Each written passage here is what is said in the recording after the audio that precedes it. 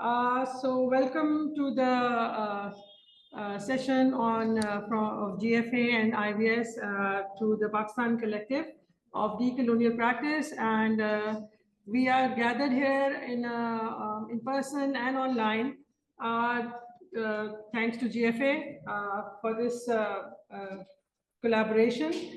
The Pakistan Collective of Decolonial Practice is organized around the transdisciplinary approaches to undoing the deep epistemic violence of our colonial history, convened to discuss, to write, to produce exhibitions and publications that center the work of Pakistani designers, artists, architects, scholars, researchers, and poets. For the GFA 24, we have two panels organized around the theme of Apnaiyiat, which most closely translates to belonging, being of, feeling close, feeling kin. It is a word that makes relation. This word is our starting point for the development of a glossary of terms in all the languages of Pakistan. These conversations around the theme of Apnaiyiat allow us to develop a shared glossary that brings together our histories of colonialism and how remembering words that bring us together will help us forge a future that is more authentically ours. We recognize something inherently visceral about Apnaiyiat, something that allows us to belong in body, to community, to ourselves. This concept expands over diasporas, acknowledging the many ways we are all othered from each other, race, gender, caste. Apnaiyiat gives us an opportunity to create a sense of solidarity across differences without erasing them. With that, I welcome you to Apnaiyiat, and here to take us through the first assembly is our moderator, Mahanur Fatma. Mahanur Fatma is a cultural heritage and community engagement expert, both nationally and internationally, with a graduate degree in historic preservation from Pratt Institute in New York. She is interested in the intersection of community practices and the preservation of identity in Pakistan and beyond. She is also a volunteer board member of the South Asian Women Creative Collective, supporting creatives whose artistic practices focus on gender and cultural presentation. Over to you, Manu. Hi, everyone. Good morning from New York. It's quite early here. I'm very excited to moderate this panel today on Apnaiyiat and heritage, featuring three very accomplished practitioners in their respective fields. Whether it's the cultural institutions like museums or heritage sites like evacuee properties, or even material culture like Kashmiri shawls, today's talk really features the aspects of heritage or the histories of heritage that we've inherited in the aftermath of the colonial project. And it's through these panels that these talks and presentations, we hope to investigate how these aspects externally given to us can be reimagined and reclaimed to assert our relationship to our heritage. So I'm just going to very quickly tell you about our speakers. Dr. Asma Ibrahim is an eminent scholar in the fields of archaeology, museology, and conservation with a doctorate in numismatics, and she's a postdoctoral Fulbright Fellow in archaeological chemistry. She established the first monetary museum of the Central Bank of Pakistan, our country's currently only ADA accessible or wheelchair accessible museum. With over 4 decades of experience in archaeology and museums, her recent projects completed only yesterday include the conservation of Frere Hall in Karachi, under the third consecutive grant of the U.S. Ambassador's Fund for Cultural Preservation for her NGO, the SEAS Pakistan.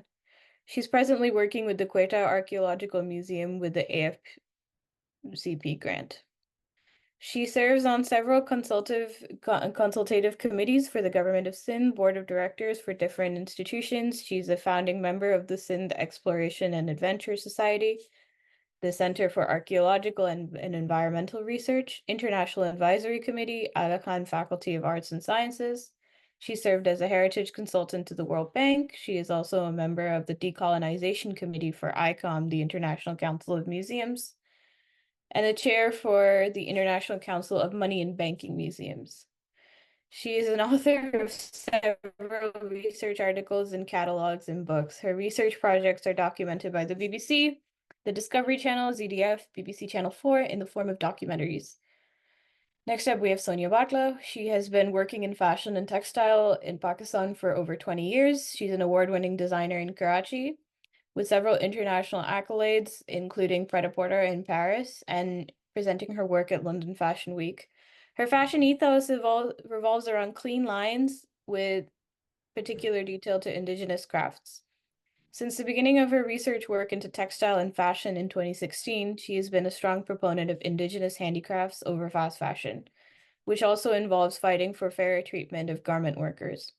She served as an executive member of the Pakistan Fashion Council, the advisory board for the Indus Valley School of Art and Architecture, and is currently serving the board of the Beacon House National University in Lahore, or BNU, since 2016.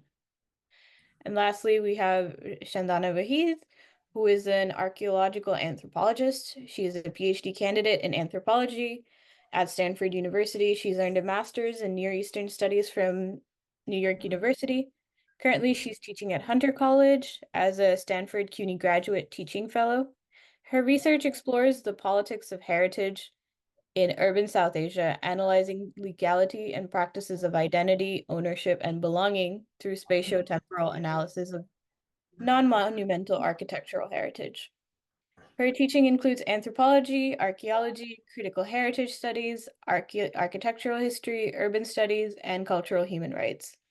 Our panelists will have 10 minutes to speak, and I will give everybody a heads up, like when there's 2 minutes left to the time. So we will start off with Dr. Asma Ibrahim. Wow. Okay, hello everyone. Assalamualaikum. So I'm basically an archaeologist and a museologist. So I thought that I should talk about the museum development in post-colonial Pakistan, which is actually the decolonization of the museums and how we are decolonizing the museums. And to talk about the fashion and the evolution of fashion themes, I think museums play a great role, and we need to have a textile museum in Pakistan.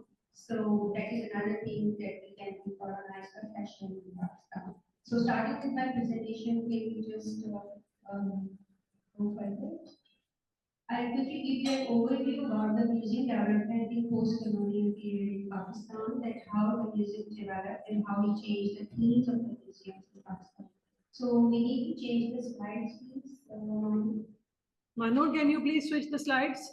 And I only Donna, can you please switch the slides? Okay, so after independence, Pakistan inherited 7 museums, out of which museums Lahore and Peshawar were run by the provincial governments, while side museums of Kadapa, Muzaffarpur, Textile, Army Museum in Lahore were looked after by central government through its Department of Archaeology. Next, please. So this is just to give a background how the museum started in 1851. Actually, in the beginning, museums were just commercial representation or the commercial institutions. That's how the concept of museum started. So it represented productions on India, and they took all these textiles and collections to Great Britain and displayed the collections there at Crystal Palace, England. And that was the beginning of imperial museums. What were the functions of the museum? Museums are a storehouse, a source of official reference, a scientific institution promoting regional inquiry with regard to the country. And mainly natural history, manufacturers and antiquities were there. Museums to be connected with the library, to be a living institution, frequently consulted and actually to be used, students to be under constant necessity of reference. So these were basic functions of museums at that time before our independence.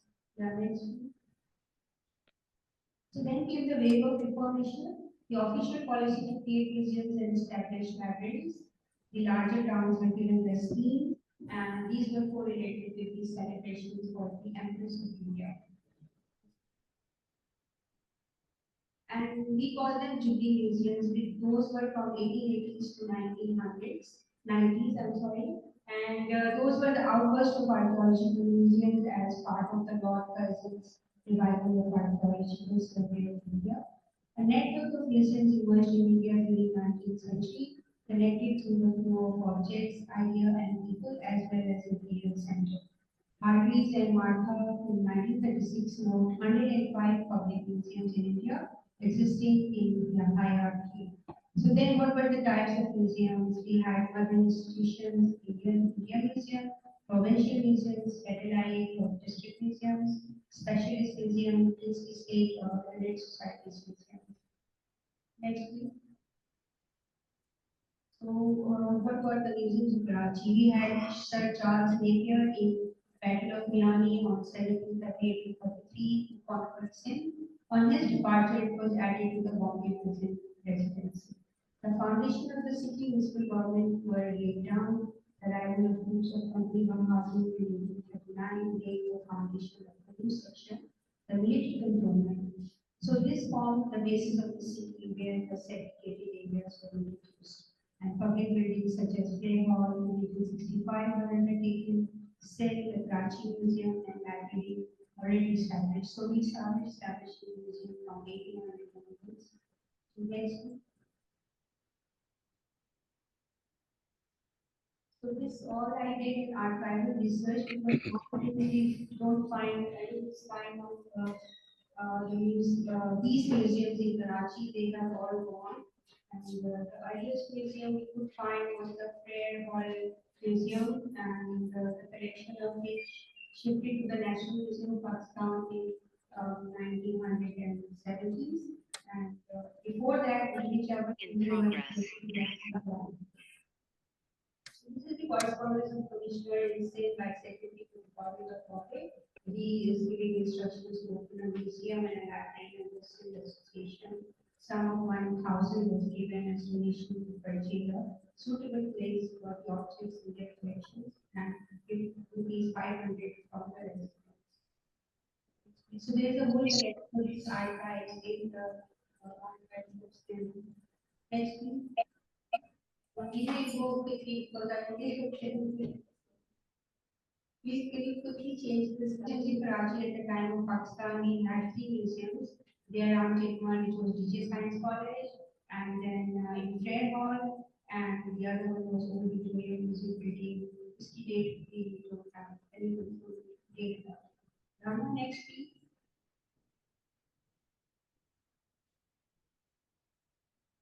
And another archival record we have about the Fair Hall museum. So this is the sculptures which were all actually taken down during the Zia election.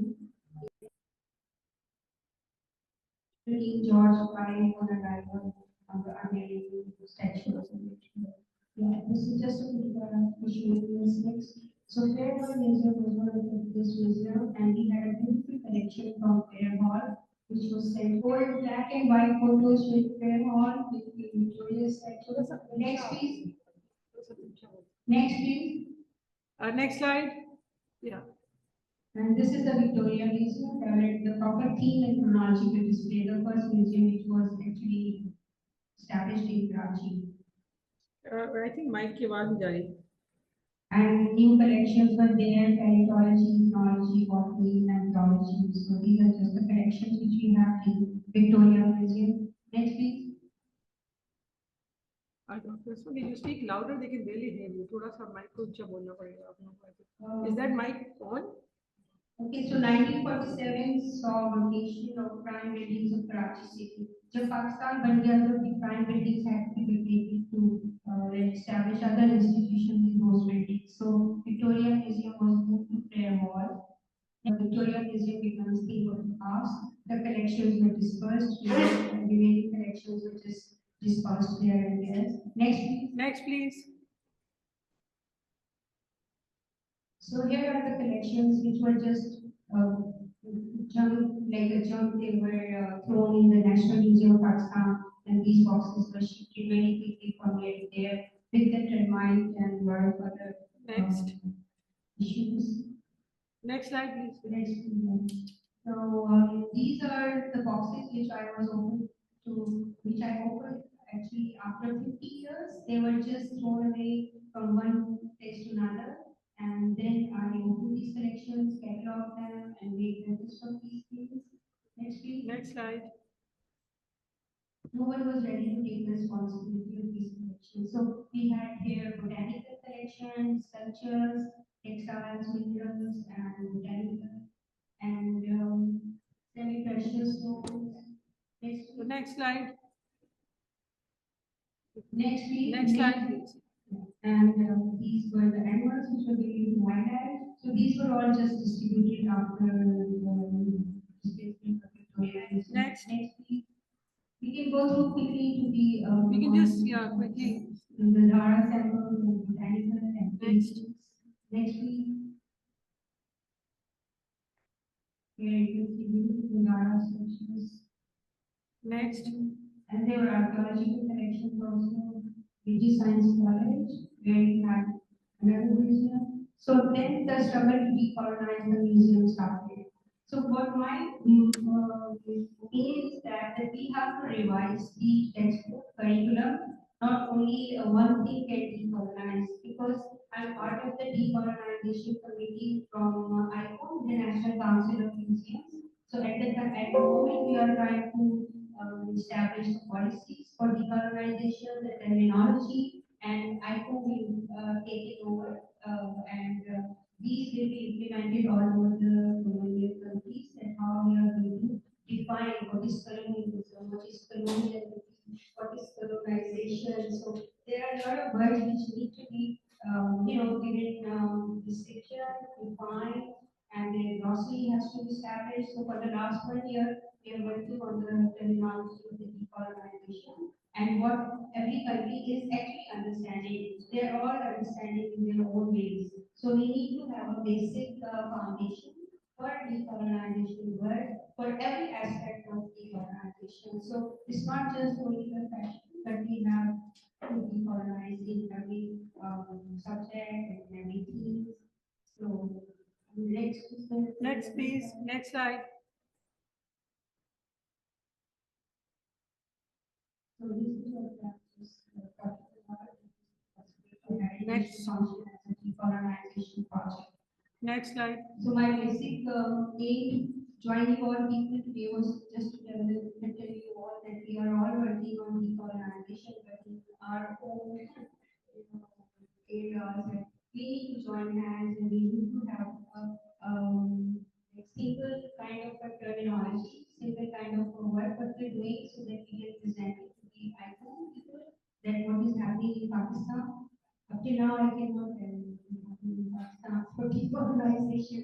So I'm the only one who is quiet in the meeting because even in museums, in curriculum, nobody understands what is decolonization. And at the government level, we are not doing anything to do any policy or anything related to what is actually. So nobody knows what is actually decolonization. My purpose for today was that we should join hands and give me something to present in the general meetings of the APO. Even if we are doing something in the session, we need to have kind of written document to give it to my home, and then it will be good for everyone actually, not only for Pakistan, but they will know that for Pakistan is really efficient. So just to give you a brief about it, and then I wanted very desperately to have a textile museum in Chennai. Let's talk about it, and we have no textile museum. Yes, yes, I think so. I think Q&A is after Sonia's presentation. I just want to have you one question. Okay. Could you speak louder? अच्छा बहुत सारी countries में decolonisation का objective ये है जो like other countries तो they want to come out of that they think that उन्होंने पर फोर्स को टेक ओवर किया जुल्म किया अपनी लैंग्वेज के ऊपर है कि हमारे साथ हाँ ह्यूमन रिटेन्स तो बड़ा इशू है बहुत सारी कॉलोनियल कंट्रीज के साथ तो repatriation is another thing and the objects repatriation is one thing that they want back their objects. But India और पाकिस्तान में तो हम ये नहीं कर सकते because हमें बताइए इंडिया वाले कहते हैं ये हमारा है हम कहते हैं ये हमारा है तो अभी तक मैं और इंडिया वाले हम दोनों भी हैं जी जी नहीं पता कि हमारा क्या चला कि हमारा कौन सा Can you hear them? और सबसे बड़ी बात ये कि इंडिया इस चीज में बहुत ज्यादा रिसर्च कर रहा है, डॉक्यूमेंट्री बना रहे हैं और दे क्लेम एवरीथिंग, जो कि अब टेक्सटाइल की मैं डॉक्यूमेंट्री देखी थी कल बीबीसी पे, तो वो सब कुछ वो लोग क्लेम कर रहे हैं, हमारे लोग इस किस्म की डॉक्यूमेंट्रीज बीबीसी पे रन नहीं कर रहे हैं, तो लगता है कि सब इंडिया ने काम किया था टेक्सटाइल पर भी, जो so we need to do more research and we need to give awareness about what Pakistan is and we are different countries. अभी तक उनको यही समझ में नहीं आ रहा है, बाहर वालों इनको नहीं आ रही पाकिस्तान और क्या इंडिया पता अभी में मैंने वहां से फुल की नहीं है। हर चीज के ऊपर क्लेम कर लेते हैं, हाँ हमारा आधा हार्ट भी लेंगे, आधा हार्ट तो इंडिया में भेजी भी सकते हैं, तो वो इस तरह की बात होती है और मैं आता है इंडिया वाली अच्छी दोस्त है, but still we have this argument how to divide our assets, how to repatriate if we want to do, so who would ask for the Jewish museum or the entity? So the issue, and I think this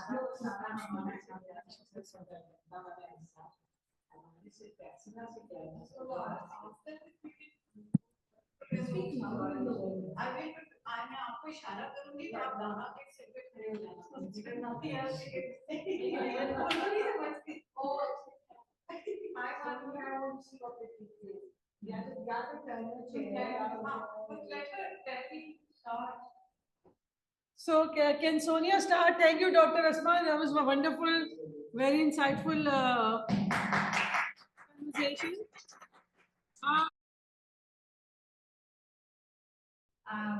Welcome to the GFA topic of Pakistan's Apnaiyiat. Again, in an attempt to identify what Apnaiyiat means, a sense of belonging and holding. This is a small slice of my research on the partition. So Apnaiyiat holds a sense of belonging in individuals and communities that influence their selection and taste. Taste making pertains to the senses, tangible and intangible. Heritage which is ingrained into identity, often in our subconscious. So basically memory, familiarity, recognition, the intangible sides of influence sort of are more about Apnaiyiat. Today I'm sharing a slice of my ongoing research on how design records trauma, separation, political pathways, deep yearnings, individual belonging to embrace ownership of self and community, and sometimes it's an ode to power also. Next slide. Next slide, please. Next slide. The direction of my inquiry pursues the social progression of dissimilar groups of people banded together. South Asia was thoughtlessly deconstructed, then reconstructed with new boundaries in 1947. Callously enacted, almost accidentally, dismally put together, with pieces not quite fitting the newly created section. Much disappeared, and awkward, undetermined, accidental, and directions appeared. The fragility of religious coexistence, for example, has evaporated, and we are seeing that in Pakistan and in India today. And it was replaced by a tension amongst the communities that were disbanded through a line drawn on paper. So, meaning that people who were really within the areas of partition did not know which side they were on, even after it had happened and there were newspaper headlines that now you are Pakistan and you are India. So this sort of triggered a communal stream, and that is sort of apparent in many modes of expression. Of these mediums, I intend to evaluate the public and the personal in terms of craft design today. I will focus on elements of textile craft that symbolize the journeys of their community visually. And of course, I'm very nervous to be in the presence of all these giants sitting here, from Ismail to Dr. Asma, and also Abdul Rahman, who they're all excellent researchers, and I'm not anywhere near them. I'm just trying, and please bear with me for all the is not right. This is my drawing of how the partition sort of disrupted. So the act of partitioning left many material objects with renewed meanings, bringing some focus into, bringing some into focus that went on to connect with political agendas now. So they're not about communities anymore, it's about what the government wants to push in terms of design. And therefore, some very significant cultural habits became insignificant because of their political memories and linkages to the past. And we see this happening in the colonial times, and we also see this happen post-partition, unfortunately. So the interiority of the function of the objects and their materiality was often propped with the exteriority of the symbolic meaning. So what they were actually worth was sort of taken aside, and what they meant, what they stood for, was sort of pushed into the into the fore. Diasporas inhabit spaces, and their intercultural experiences constitute them as hyphenated hybrid subjects now, because the function and the meaning were now, pushed against each other. Tracing the political potential of design and pattern in this concept, I strive to identify design hierarchies supporting wider histories of placemaking and artisanship. Design choices after the partition have highlighted how a largely illiterate base used design as a communicator. This magnifies the need for an expansive understanding of pattern as a form of embodied experience. The material experience of engaging with Next pattern can never be devoid or Next isolated slide. from emotional memory. So a range of theories by philosophers, other academics is already there on how to approach design.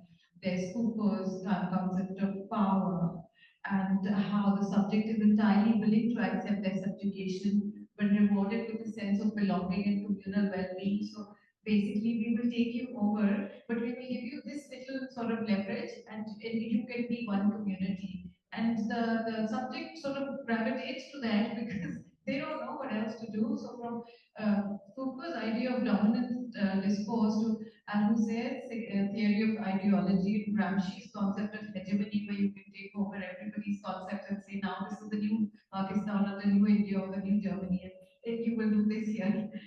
So anyhow, Foucault attaches to discourse the ability of memory to harbor the potential to morph, therefore making the holder of the memory a vessel of furthering or negating itself. So we are involved in what we choose to remember or forget in terms of our personal histories. So just as taste supplants tradition, memory substitutes motive. Next slide.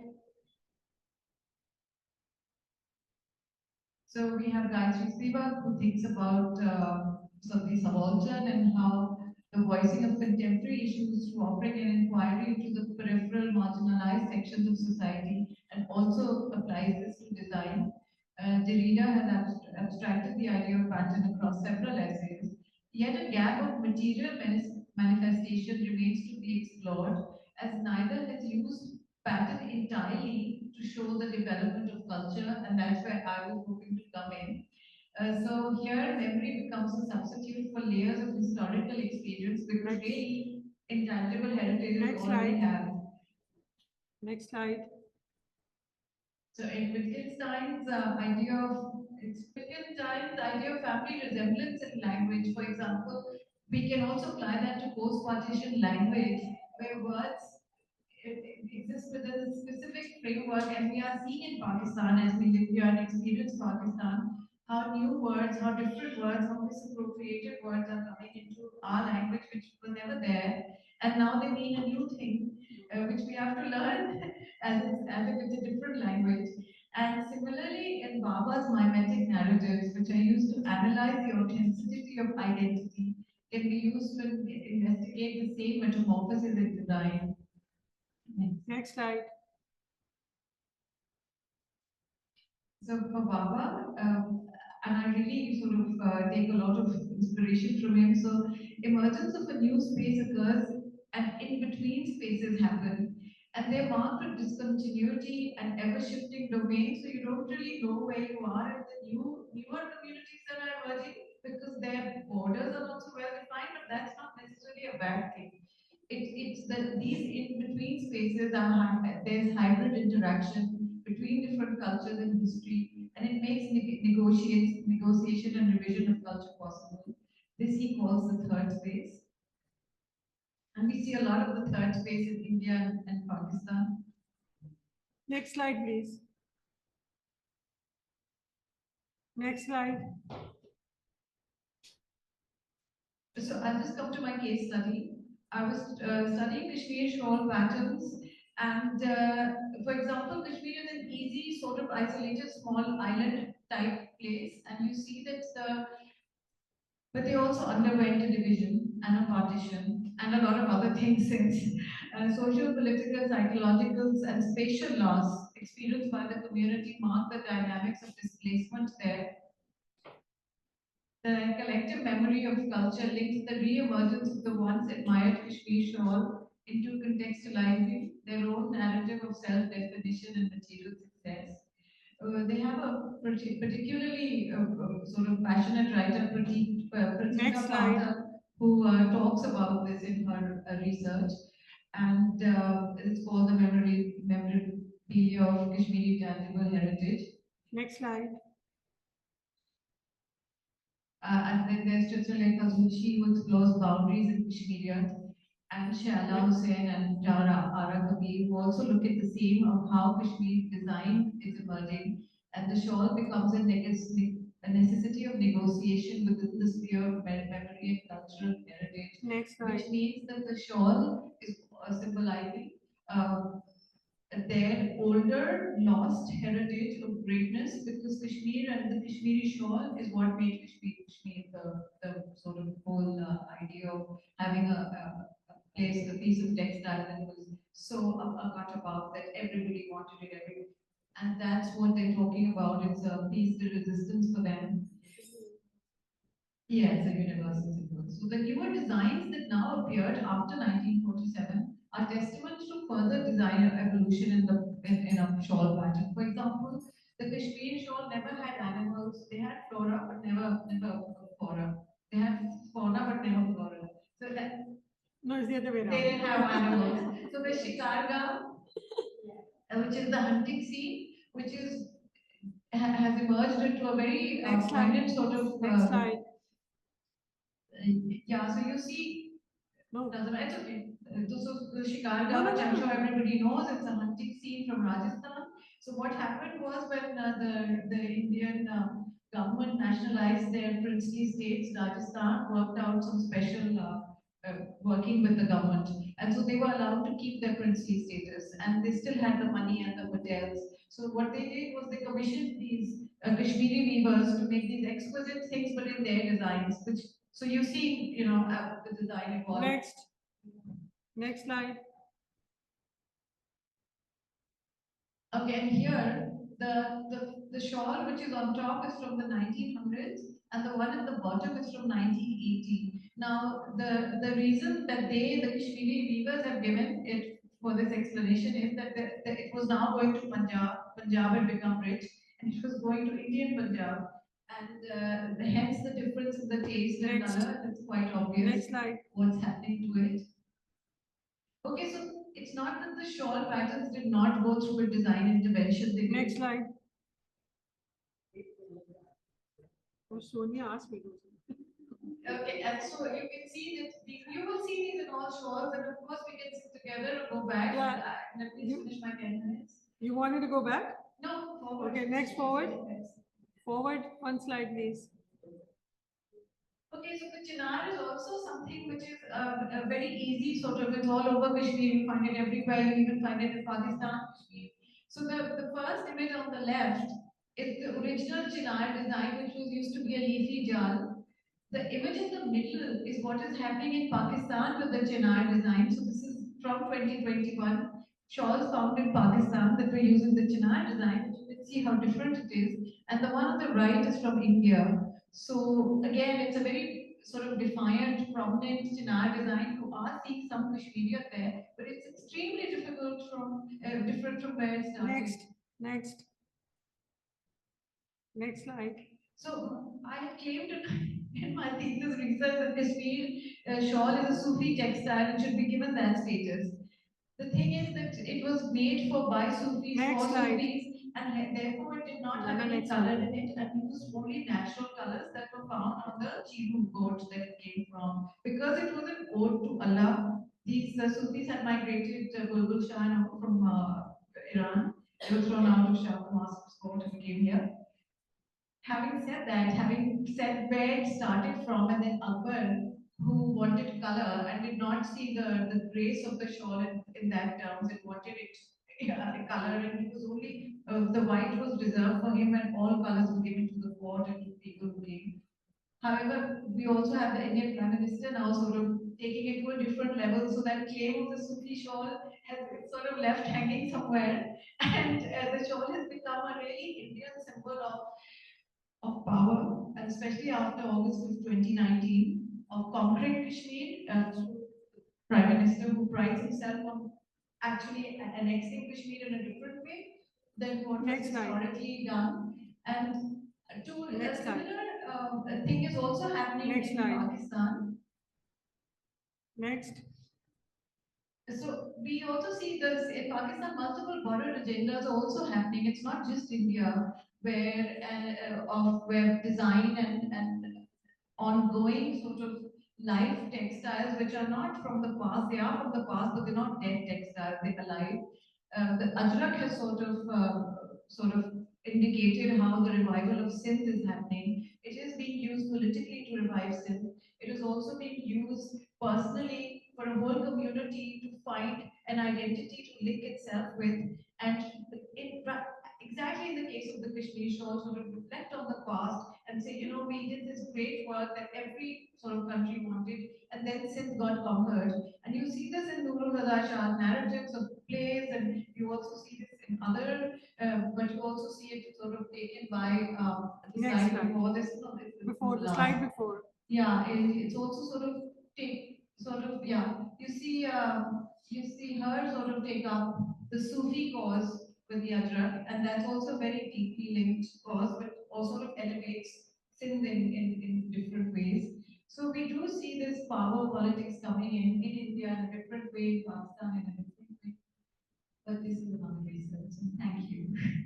Thank you so much. Hi, everyone. I want to start by thanking GFS, IVS, Uzma, Manur, Asia, Dana, and everyone who's here today. Just building on the conversations we are having today, I'm going to talk about relationship of heritage with evacuee properties. And I imagine evacuee properties as places of belonging. Next slide, please.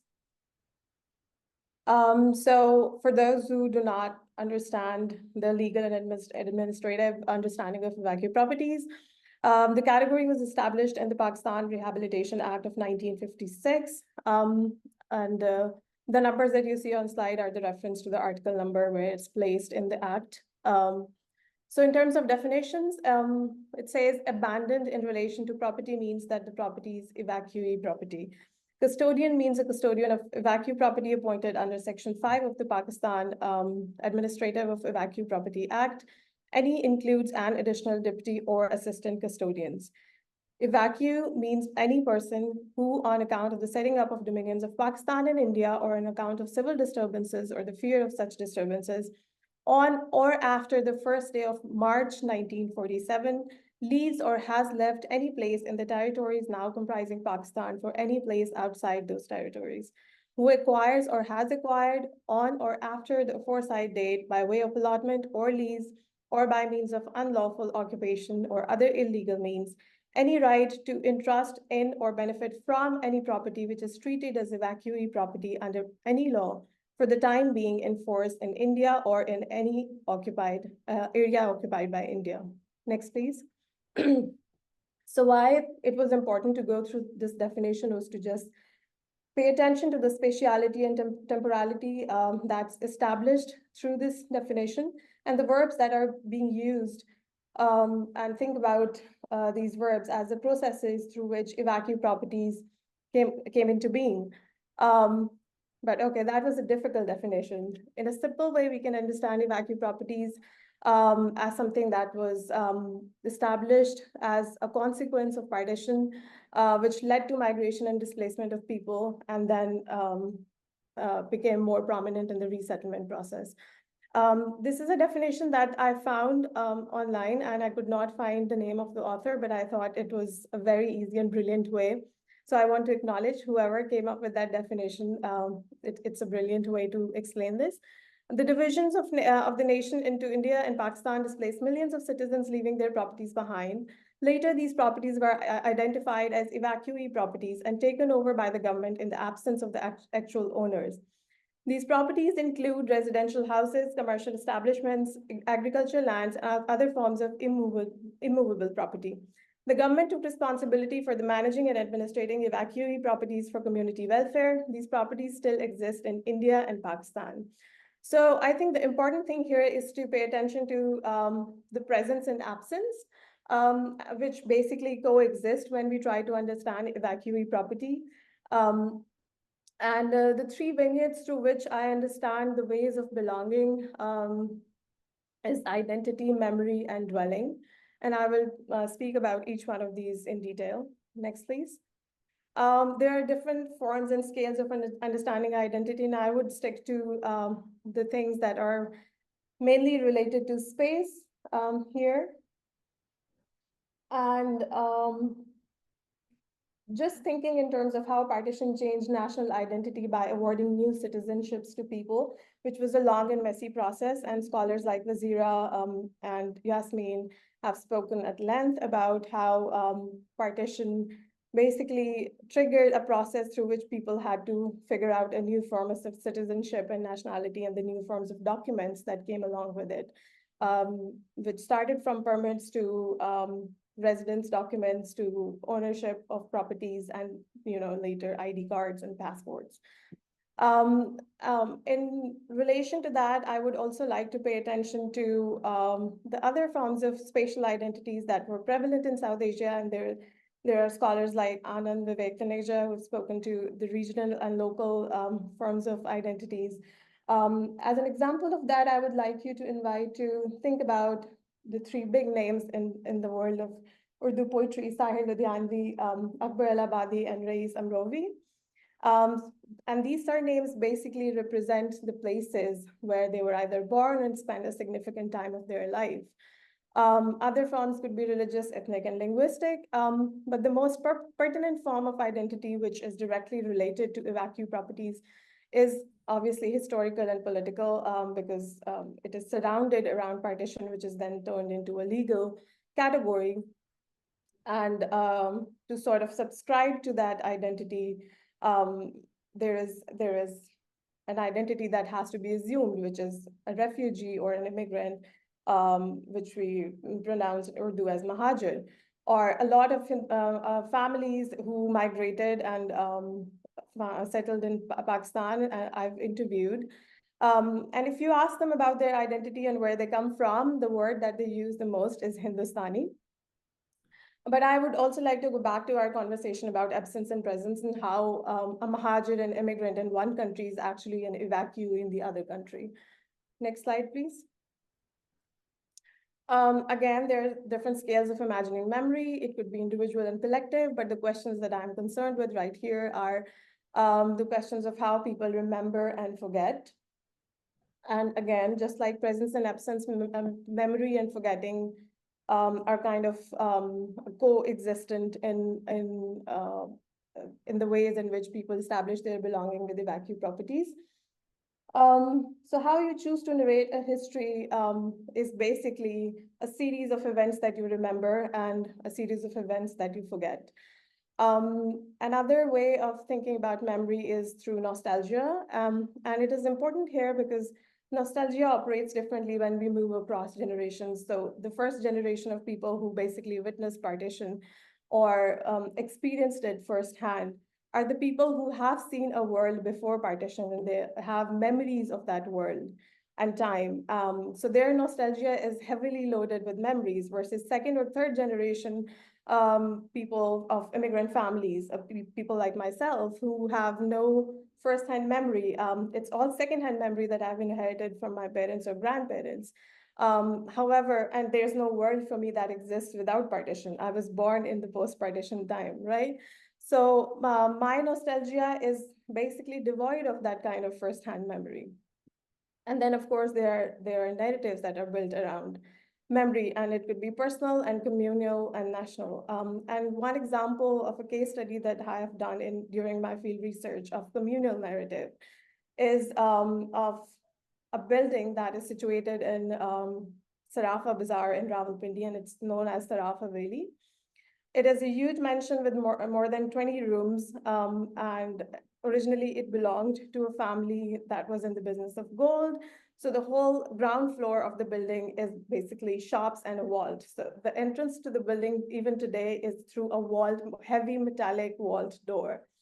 And when I was interviewing this family, I found it very, very interesting that everything that they told me about this building or the partition story of their family was very communal in the sense that it started from the point, oh, our family came and settled here, and then everyone who came after them from Firozpur, which is where their family belonged to, came and settled in this place until they found their places and gradually they moved out. But we kind of grew up together as a community from Firozpur. This is where we got married. This is where we were educated. So everything was living in that property for them was a very, very communal experience. In terms of national narrative, I mean, it's everywhere. It's whether we think about it through heritage, through museum, through design, through built environment of the country. Next, please. And then I would like to move on to the next vignette, which is dwelling, an idea that I borrow from Tim Ingold, and I would like to explain this in his words. Landscapes was always unfinished and in the process of becoming through interactions, which in this case is the interaction between people and their environment, and particularly their built environment, which basically ties to space, establishes ties to the space, and then that kind of ties are the relationships that become inevitable in this sense. We find solace in our own marks in the physical evidence that provides the testimony to our experiences, good or bad. So imagining partition as an experience, and obviously there are a lot of stories of loss, violence that are attached to partition, but it is also an experience of homecoming. So it is both good and bad in this sense. And dwelling is a place where you make home, a place you call home, but it also goes through the processes of ownership, occupation, and acts of alterations and modifications. So in the sense of vacuum properties, ownership is something that has been processed through both formal and informal networks of acquiring properties. Occupation still continues to be both temporary and permanent in the sense that there are people who own these properties. They receive them in property claims or bought them after partition, but there are people who are leasing and releasing these properties for years and years. And one way in terms of practice that people make these properties home is through structural modifications, which could be just removing the windows or repainting the frescoes or whitewashing the frescoes or rearrangement of space. So all of these practices together help people make these properties home, properties that are probably not tied to their family histories in the sense that it's not the 8th generation of the family that's living in a vacuum property. And there obviously a history of violence and loss that's attached to migration and partition. But how do we make home in places that have these hostile histories requires all of these vignettes to move forward. So I would like to end here with a note on displacement, which is in Gold's words again, not only losing access to historic, culturally important landscape, it means losing the sense of security gained by seeing the evidence of your past dwelling and investments around you on daily basis. We all live in growing museums of our experience. Through displacement and relocation, we start our personal museums anew. So in this sense, we can imagine evacuee properties as the personal museums of the people who migrated from one country to another and made them home. Next slide, please.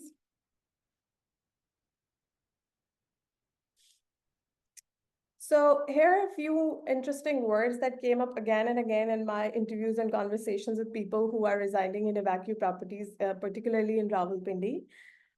They would describe these properties as either, and it's very interesting, they're always almost antagonistic terms.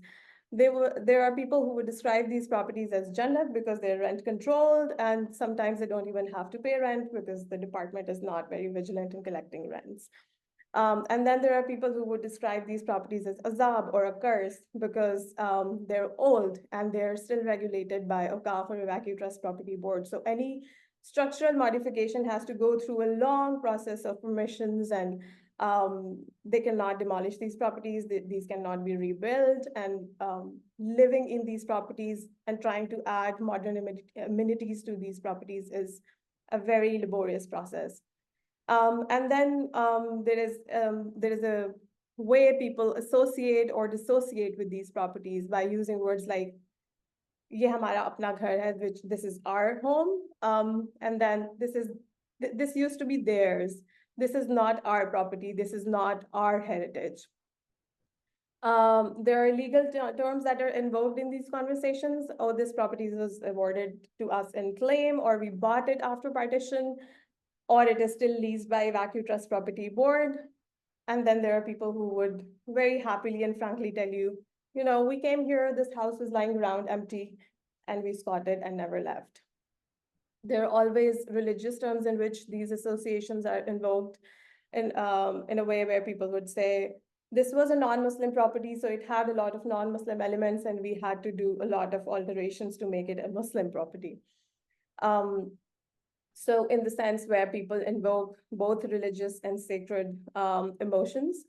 And then, of course, there are categories like a shrine or a temple, which is now converted into a residence, or a commercial property, which is not really used for commercial purposes, but may be used as a storehouse by the family. But also there are examples of residential properties that are used for commercial purposes, like houses and these historic bazaars, which are basically lended to these business owners and being used as storage houses.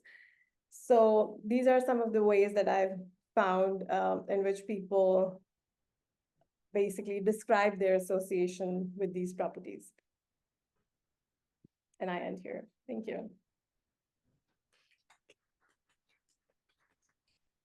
Thank you. Thank you, everyone. Those are really insightful talks. We have some time for a quick Q&A before we sure. cut to break. So if anybody has questions in the Zoom or in person, we have like 5 minutes that we can give to a quick discussion. The question I want to word of the textile museum, pointed out, मेरे से बात आके कि आपके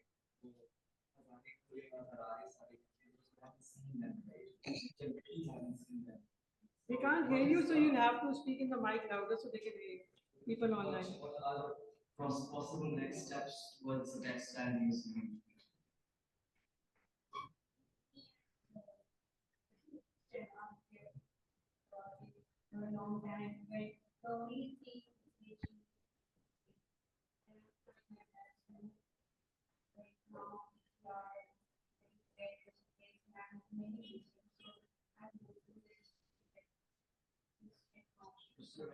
They can't.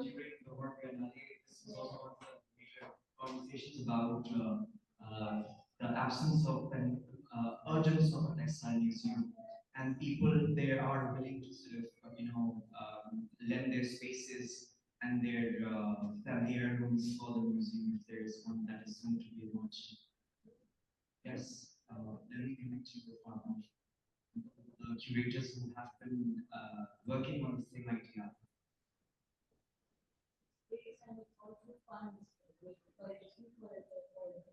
Can you please speak in the mic, Mrs. Smile? They can't hear you in the online audience can't hear you if you don't speak in the mic. Sorry. What I was saying was that it's not only the space, of course, the space is the primary focus, but then there are funds to sustain the museum. Because for the textile museum, there are other things which are needed, like humidifiers and temperature controlled areas, etc., and conservationists, and I mean there is a whole list of things which are required. So of course, and it's fantastic if we can somehow get together and do make a textile museum. I think nothing better than that, because we have such a rich heritage which needs to be conserved, which needs to be shown to the generations and the present generation. Yes, so you want to say something? Please speak.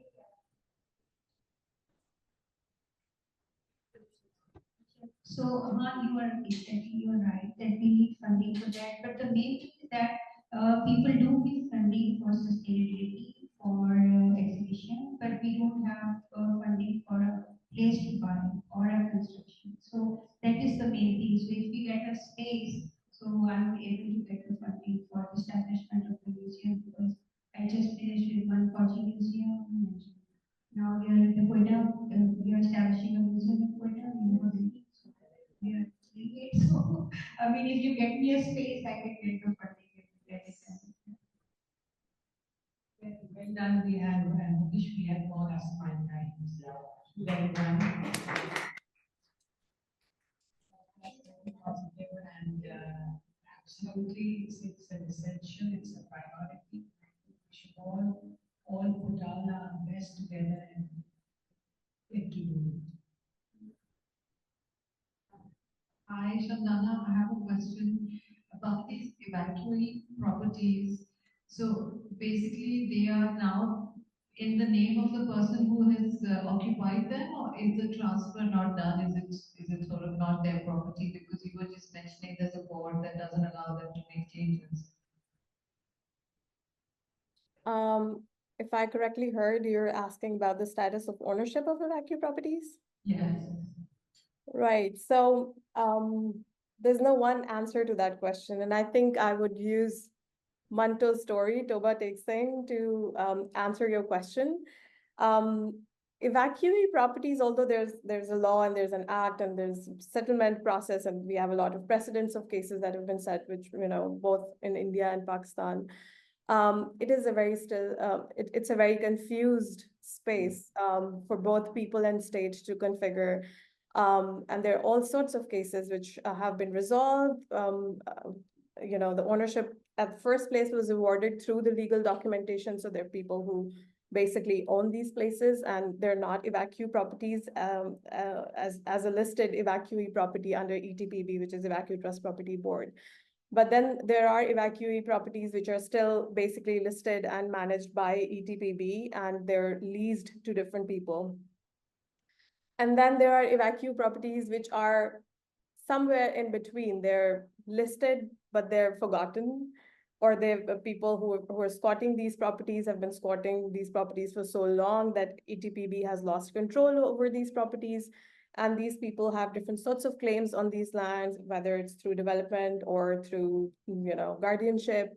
So there are all sorts of cases which are in between these spaces of owning and not owning evacuee properties.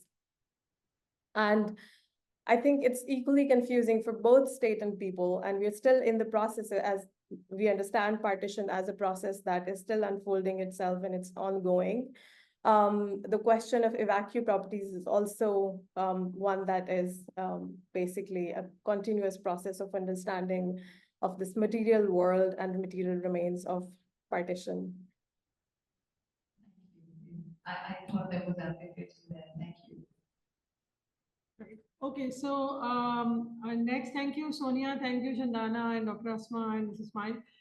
Next, I would just like to, Manur, I would just like to share a video presentation with the audience about the project that the student of textile department at IVS did. What we did was, with the help of our teachers, Zaid and Fatma, who are present here in the audience, students were divided into 5 groups of 5 students each, and then we told them to interpret the theme of Apnaiyiat in however they want to. So they did 5 projects, and I am so happy to see a lot of conversations that we are having now. There are a lot of reoccurring themes in their presentations as well, like language and partition and separation and sense of belonging through those themes. These students are in 3rd year, and I'm glad to see that they are now starting to think on these lines, and this is their presentation. Manur, if you could run that, please. There are 5 different projects.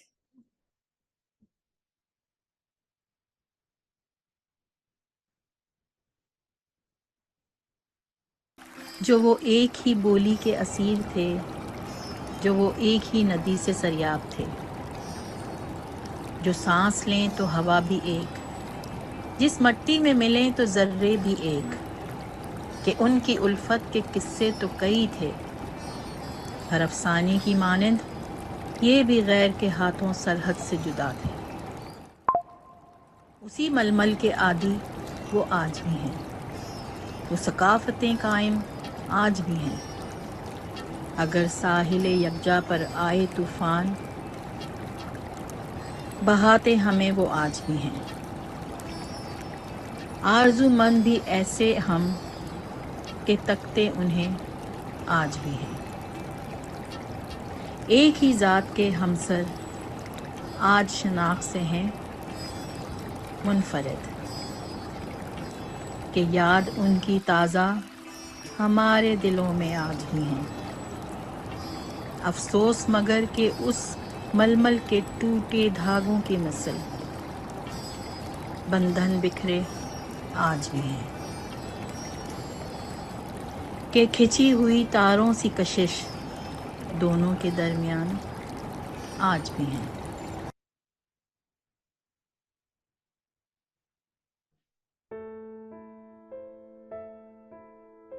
Apnaiyiat for us is in the emotion of care and protection for young and old.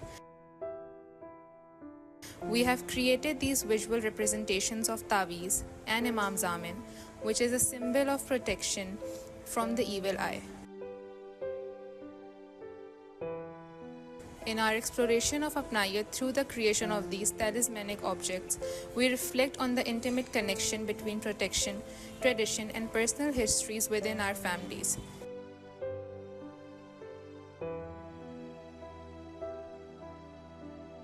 By crafting these objects, we engage with the enduring spiritual practices that have shaped our sense of belonging and familiar bonds, weaving together personal memories and cultural heritage.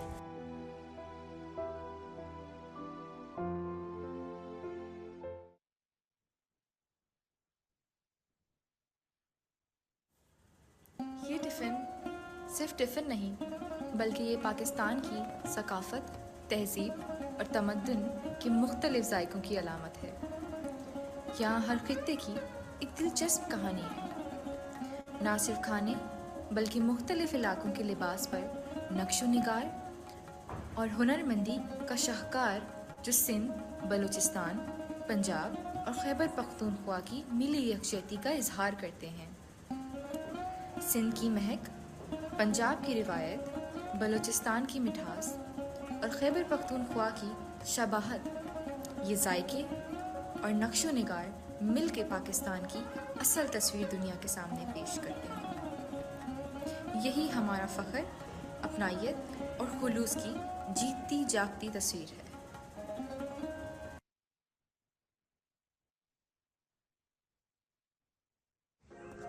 Dastarkhan, a tapestry of unity, is a project that celebrates togetherness by bringing together individuals from diverse ethnicities, religions, castes, traditions, and classes around a traditional Dastarkhan. This visual representation highlights the integrity and unity of people as they share a meal, emphasizing the Dastarkhan as a powerful symbol of hospitality and community.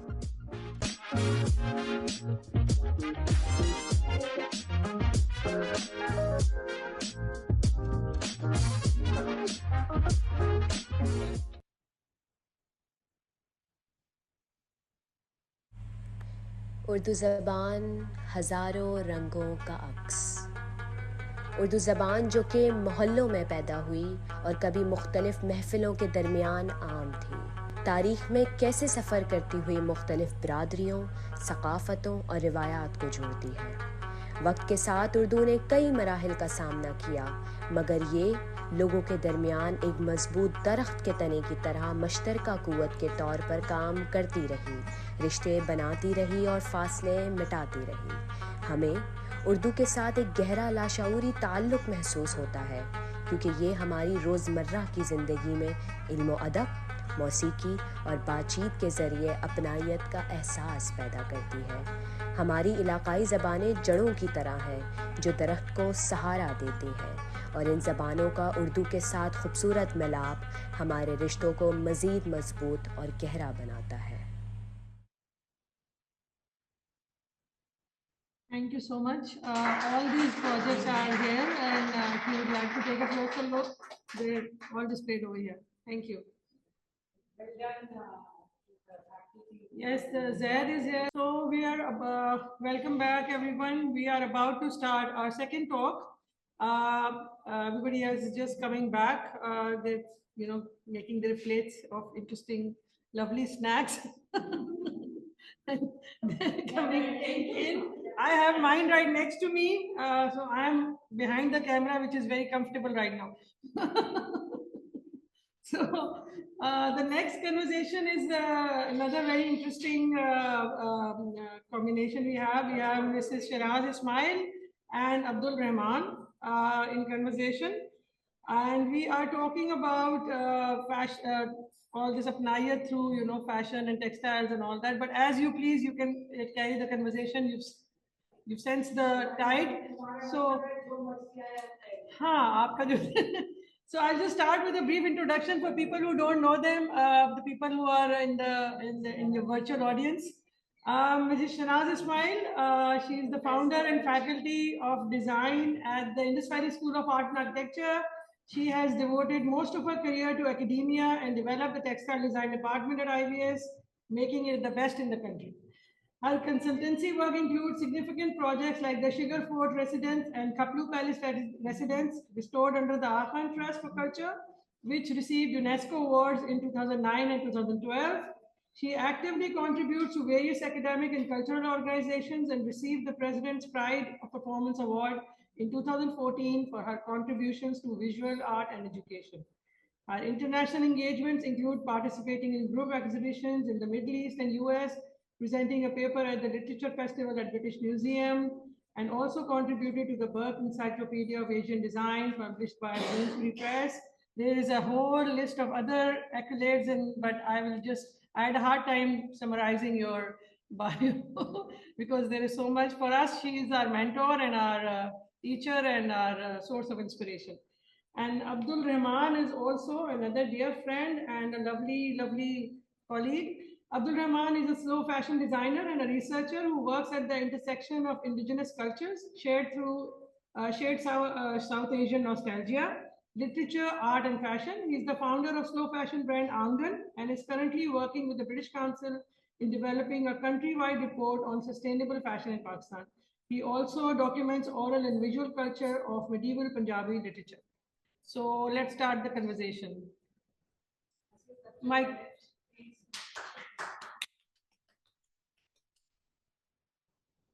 No, I think. First, please tell me that is the audience familiar with Urdu or not? Dr. Uzma, is Urdu better or English? You can do either because I'll be recapping the conversation at the end anyways. So feel free to speak in whatever language. जैसे भी आप करना चाहें आप करिए. Thank you very much because I tend to lapse into Urdu. I think that's perfect. Okay, thank you. मैं ये कह रही थी कि अस्सलाम वालेकुम everybody and thank you GFA, thank you ASEAN, thank you all the ladies and services sitting here. Well, it's important to talk about, very, very important, I think, to talk about Apnaiyiat, और हम चाहते हैं ये बहुत जरूरी है हमारे बच्चों के साथ, हमारे स्टूडेंट्स के साथ, हमारे कॉलीग्स के साथ talk about Apnaiyiat. I can't remember where is Swag's not here in this room. He's the one I talk to a lot. But I don't remember talking, for example, have we ever spoken about Apnaiyiat? We have. So what is Apnaiyiat? Rahman, what is Apnaiyiat for you? You might take the mic, please. What does it mean?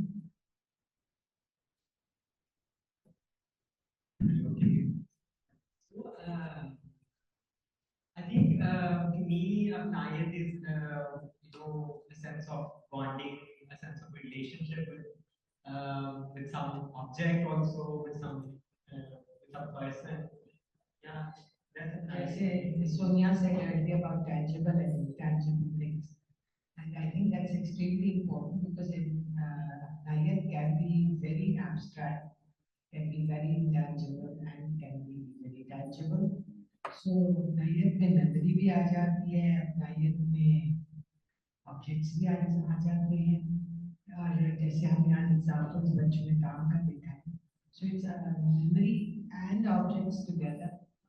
So it's but Apnaiyiat मेरे लिए, because I'm from an educationist point of view, and what I would be talking to the younger ones if they were here.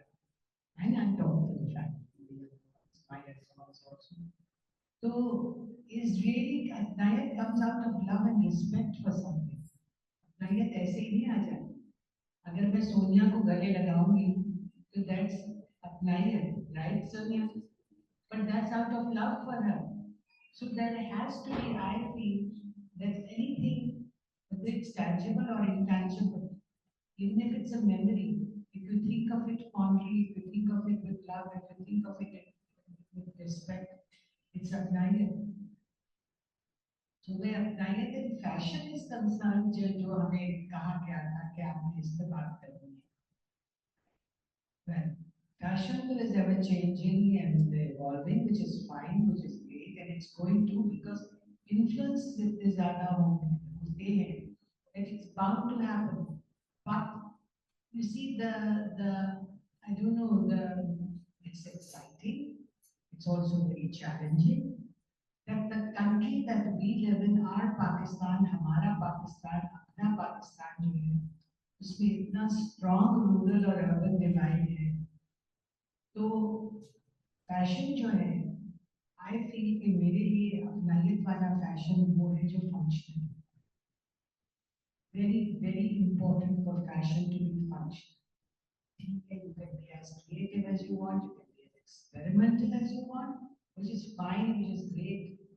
But to wear, to work, to play, to live in, for social, economic norms, for religious norms, etc., etc.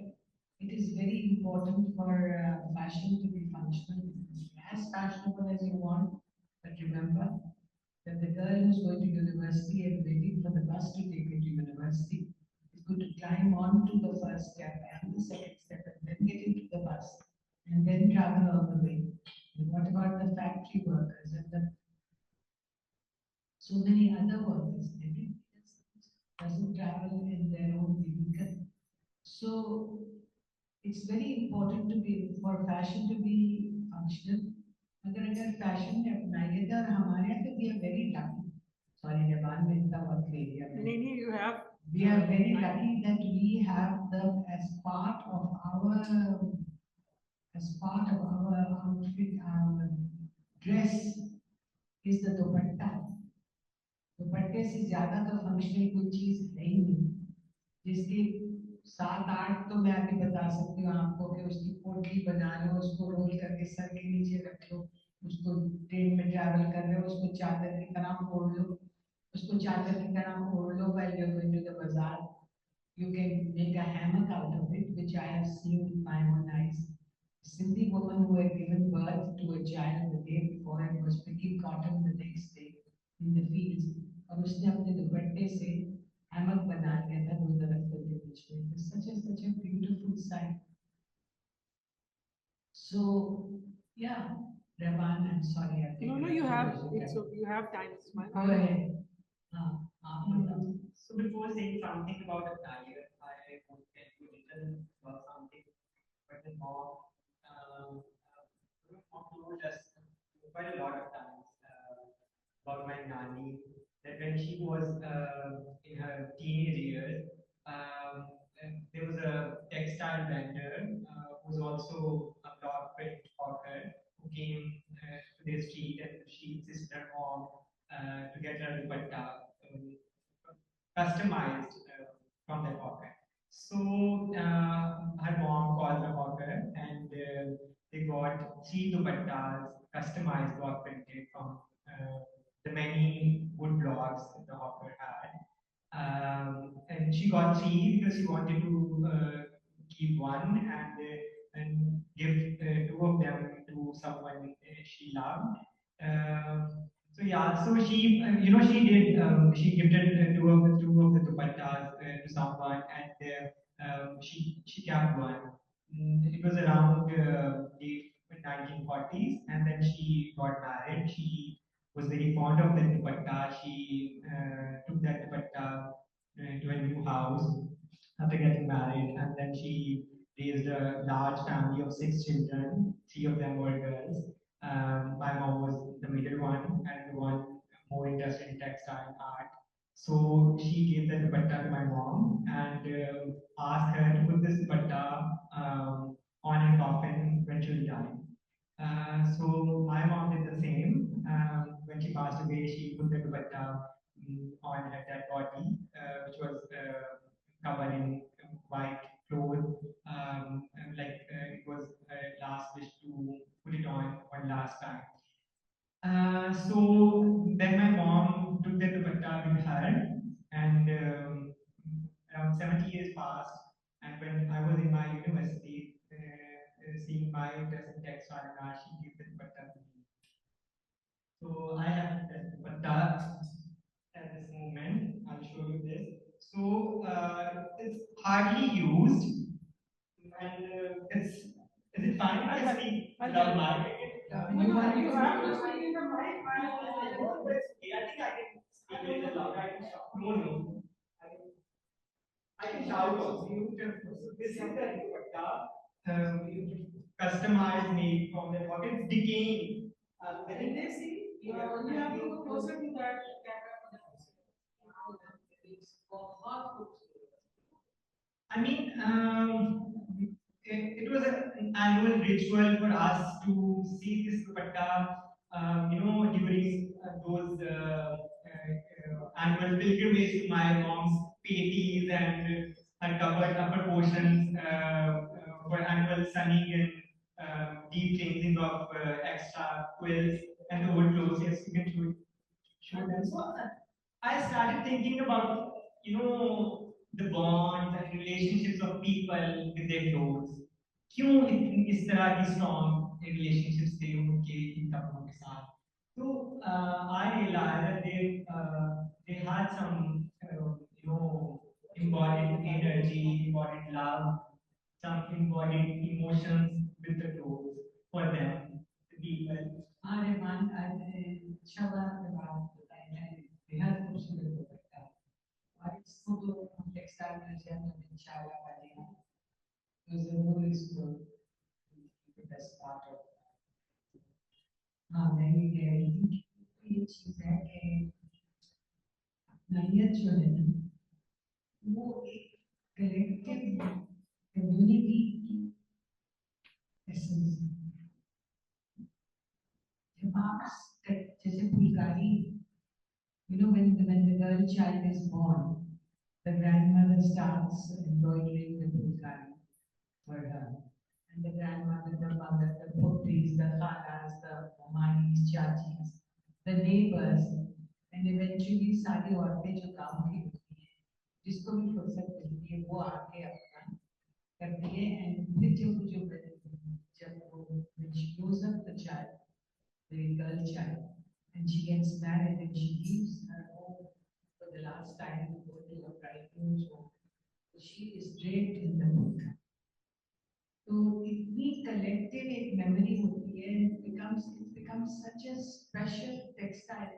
उससे ज़्यादा अपनाइयत का example तो मेरा ख्याल है बहुत मुश्किल था. हमारे culture में बहुत सारे ऐसे मौके हैं और ऐसी चीजें हैं. Shawls की हैं. Depends where you live, whether it's the northern areas or whether it is the desert of Sindh. मगर जो भी textile होगा उसमें जरूर कोई अपनाइयत का पहलू जरूर होगा. मेरा अपना experience अपना है का बताऊं to carry on from where you left off, Emma. I have a plain black tunic, very ordinary cotton का, मुझे बहुत पसंद है, वो जल गया, थोड़ा सा एक अच्छा खासा सुराख हो, उसको मैंने रफू करा, वो भी नजर आ रहा था। मैंने कहा ये तो कुछ बात, और वो ऐसी जगह भी थी जो, so I went to one of my girls who's a fantastic block printer, and she got कुछ छाप, उस पे चिड़िया छाप, ताकि ये रफू का जो है वो कवर करे। And she did it and it was wonderful, and I wore it for 10 years, and then the chidiya started fading. So I said, अब मगर ये तो बहुत अच्छे कंडीशन में, और मैं तो इसको इतनी अपनाइयत है इसमें, I cannot part with it. I'm still very happy. अब दोबारा चिड़िया छाप, so she calls me the next day and she says, I'm standing with my 500 blocks or 1,000 blocks around me, I can't find the चिड़िया का block. So I said, oops, क्या हुआ, ऐसी फिकर न करेगा कुछ करना। उसने फिर ढूंढा block which covered, and she said, I tried to wash off the चिड़िया, मगर वो खत्म ही नहीं हो रही, जा भी नहीं रही है।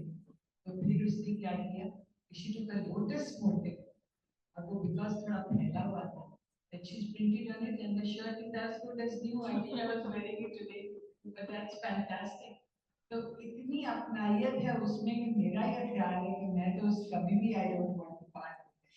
So अपनाइयत in fashion, I don't know that fashion के मानी, I'm not taking fashion as the red carpet fashion or the Cannes Film Festival fashion. I'm looking at fashion as something that we wear every day, and it can be as simple, it can be just well put together, it can be spontaneous, it can be very carefully matched. But I think that's what fashion is. अपनाइयत, जो चीज के साथ आपकी उनसियत होती है, जो चीज के साथ आपका एक प्यार होता है, एक इज्जत होती है, respect, I think, is extremely important.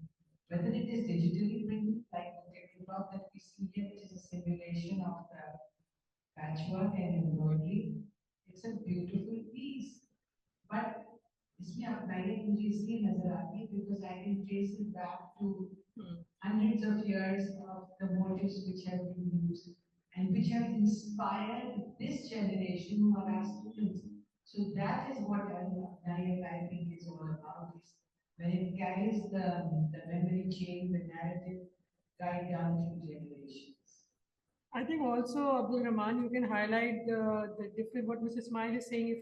What I take from it is that the difference between fast fashion and slow fashion. What you're talking about is basically slow fashion, some things like passing down memory. And, I also have a lenga which will belong to my, I think, nani or mother, and I have worn it, my sisters have worn it, my daughter has worn it, and I still have it, and I'll probably keep it for my granddaughter one day, inshallah. She will wear it. So I really, there are absolutely, I can relate to what you're saying. You can talk about your slow fashion practice, Abdul Rahman, which can connect to this conversation, I think. I think that's so true. There is a contrast, like my mom, Mrs. Ismail Sari, the black kurta, sorry. So when I started thinking कि मेरे पास ऐसा क्या है मेरी cupboard में जिसके साथ मेरा ऐसा रिश्ता हो, तो मैं back in the time में सोचने लगा कि शायद बाकी चीज हो, और हमारी जनरेशन के लोगों का किसी के साथ, किसी अपने चीजों टोली के साथ इतना बॉन्ड क्यों नहीं है, क्यों आयत की नहीं होती। तो फिर मुझे ये फील हुआ कि शायद उसकी एक रीजन ये भी है कि जो हमारी इन्वॉल्वमेंट नहीं है उस प्रोसेस के साथ। लाइक मिसेस माइली, उन्होंने जब आपने उस कुत्ते को मेंट करना भी, तो उस सारे प्रोसेस में आप कितना इन्वॉल्व हो, फिर वो दोबारा वेदर कर रहा है उसके साथ आप और इन्वॉल्व हो सारे प्रोसेसेस के साथ। एक तो उसकी मेमोरीज हैं, फिर उन प्रोसेसेस के साथ आपकी जुड़त है, जो मुझे लगता है कि उस कपड़े के साथ आपका एक रिश्ता डेवलप करना। बिल्कुल, आप बिल्कुल सही कह रहे हो। बहुत ज़्यादा थिंग इज रहमान कि हमारे तो ट्रेडिशन जबरदस्त ट्रेडिशन है ऑफ रफूगरी। अब sustainability is a buzzword now, but sustainability हमारे कल्चर में, हमारी हिस्ट्री में तो has been there forever. We have always mended things and repaired things. I mean, maybe Dadi, I remember very clearly was, mended everything. And they mended with their hands and beautifully. हर किसी को rough करना आता था, हर किसी को हाथ से stitch करना आता था, जो आप लोग स्लो फैशन है जिन चीजों को, तो मैं भी ये कहती हूँ कि ये तो this is part of everyday life, and I think it's because, and that can't be helped because industrialization and the kind of global influences that we live with and the kind of, मैं बच्चों के लिए कहती हूँ कि आप लोगों की मेमोरीज क्या, कि आप गाड़ी में बैठ के जिस करके आप 10 मिनट में निकल जाते हैं, किसी चीज को यहाँ न देखते वहाँ न देखते, किसी दिन पैदल जाओ, चिड़ियों को सुनो, रास्ते में देखो क्या हो रहा है, smell things, hear things, and it just changes your life. It gives you all kinds of sensations and senses, your senses awaken, which are extremely important to whether you're a textile designer or you're an architect or spaces. And these things are very important for you to become a human being, a soul. You have to have a soul to be a designer. And the soul comes with, again, वही अपनायत वाली बात होगी ना, कि आपका जब तक आपकी रूह जो उजागर नहीं होगी, तो जैसे फॉर एग्जाम्पल मैं नदिया को देख के इतनी खुश होती हूँ जब देखती हूँ, कभी मैं आती हूँ, तो my soul is happy because there is an apnaiyiat. How that relationship has been built up or how it has happened, but it happens. And when you live together for so long, especially and that is why I feel that हमारी रूढ़ी textiles इतनी खूबसूरत है और इतनी important है और उनमें इतनी एनरिचमेंट है और इतनी कहानियां हैं उनमें, क्योंकि वो सब मिलके काम करते हैं और सब एक दूसरे से शेयर करते हैं, अपनी खुशियाँ, अपने गम, हर चीज शेयर करते हैं. So it's very important to be able to communicate that. To be, for Apnaiyiat, communication is extremely important. I think that's so tragic, like you said. There's no memory and there's no connection with the processes. Again, fast fashion की भी मैं बात करूँ तो अगर, for example, industrial की कोई denim में खरीदता हूँ, मुझे नहीं पता वो कहाँ बनी है, किस तरह बनी है, उसका जो फाइबर है वो कहाँ से आया है.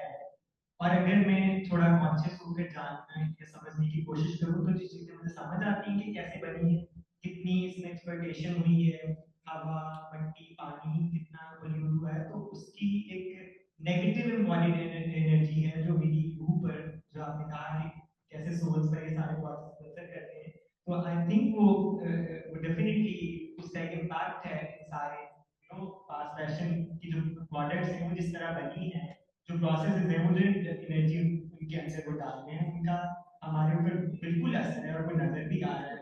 दूसरी तरफ जो चीजें हैं, स्लो फैशन की चीजें, जैसे आपने कहा कि जो अब हमारे रूरल एरियाज में जैसे बने, फॉर एग्जांपल दिस कुर्ता, ये उसी मोची ने बनाया है जिसके अब्बा ने मेरे दादा के लिए मुझसे बनाए थे. So we know their family, किस तरह ये बना है, उनके घर में औरतें क्या बातें करती हैं, कि कुर्ता बनाते हुए उन्होंने ये बात की होगी, हम इतना सारा कुछ सोच सकते हैं. और लोगों को पता होता था, बहुत सारे लोगों को तो ये भी पता होता था कि मैंने अगर ये कुर्ता पहना है तो उसकी कॉटन किस फील्ड से आई है, कहाँ उसको कैसे उससे धागा बना है, और वो किन महफिलों में बैठ कर, लाइक यू सेड, कि वहाँ पर कैसी बातें होती थी, लिटरेचर वहाँ बुना जाता था, फिर पोएट्री कंपोज होती थी, म्यूजिक प्रोड्यूस हो रहा था, और उसका मेंशन हमें लिटरेचर में भी नजर आता है. लाइक सोनिया ने जैसे मेंशन किया कि सूफी ट्रेडिशंस में इसका कितना ज्यादा मेंशन है. हर दूसरे सूफी पोएट ने टेक्सटाइल से जुड़ी हुई चीजों का जिक्र किया है. शालतीफ फॉर एग्जांपल सेड कि अगर आप किसी से प्यार करो तो मंजीत बनो, ये जो मैटर जिससे अजरक बनती है, जो रंग उतरे थे, और सुंग नहीं बनो वो वाला रंग जो अमूमन होली पे पहनते हैं, जो कच्चा रंग है कर जाता है, सो पक्का रंग बनो. काली कमली वाले का भी जिक्र होता है. So that is the Kali Kamli is the जो हम ये कोई फेंकी नहीं जाती, ये चीजें तो दोबारा जो है हमारी, that is the best example that we got because it is a many layered cloth. तो layered cloth जो है वो क्या है?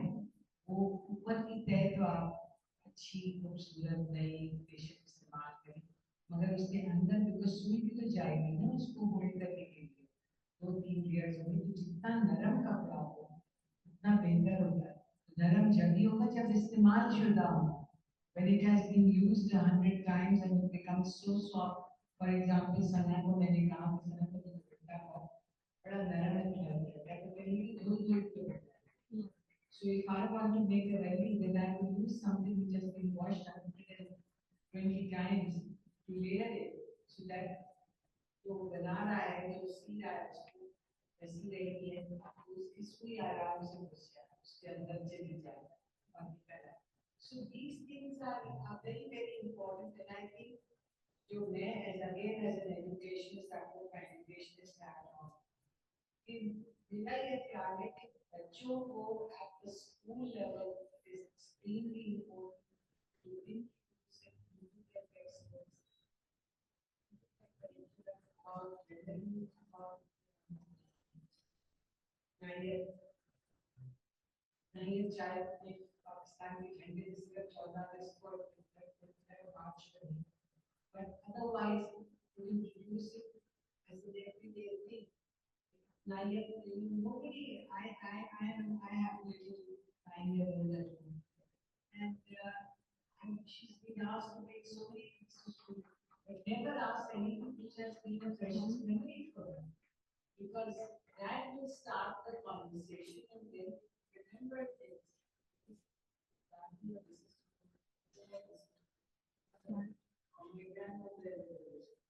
So they can't hear you. Oh, I'm sorry. Yeah, my too. Sorry about that.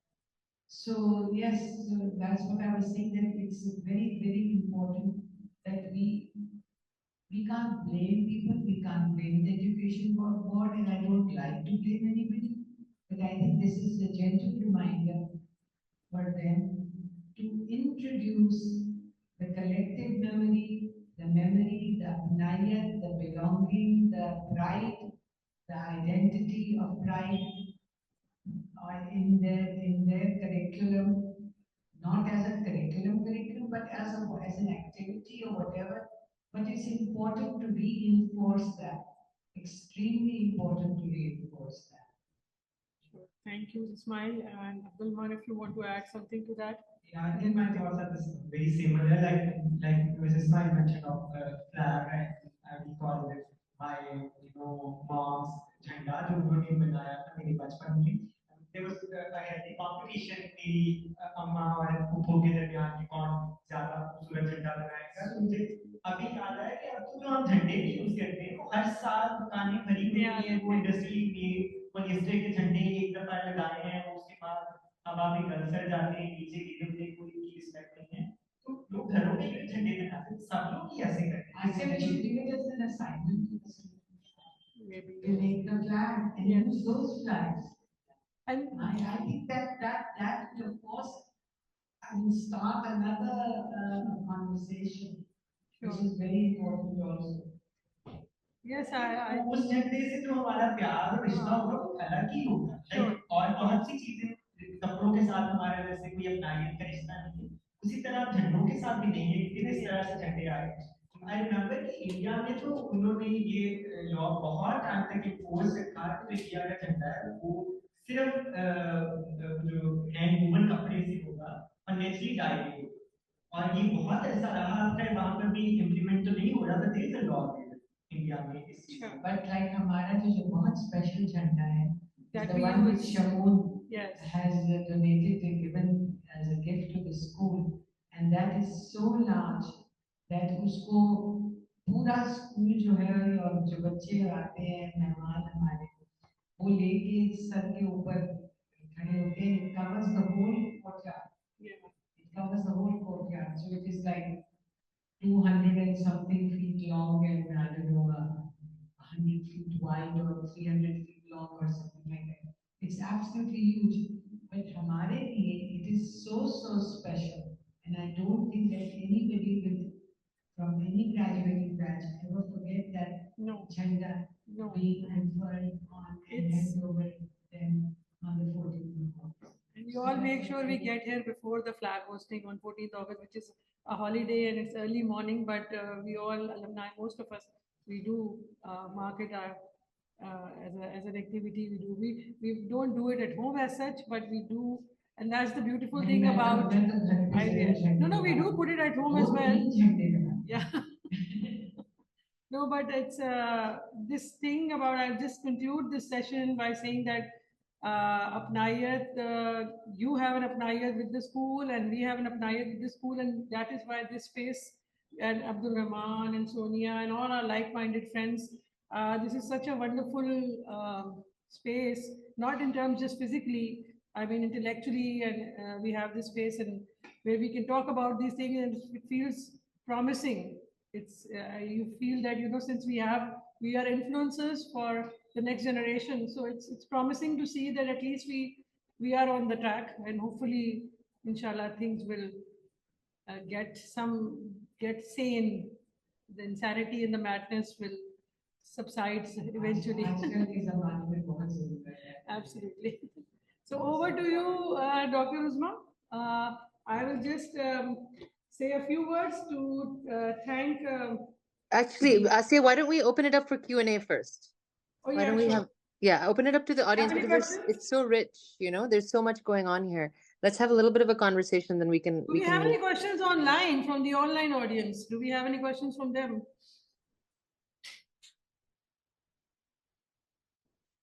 Are there any questions from the audience who are joining us online?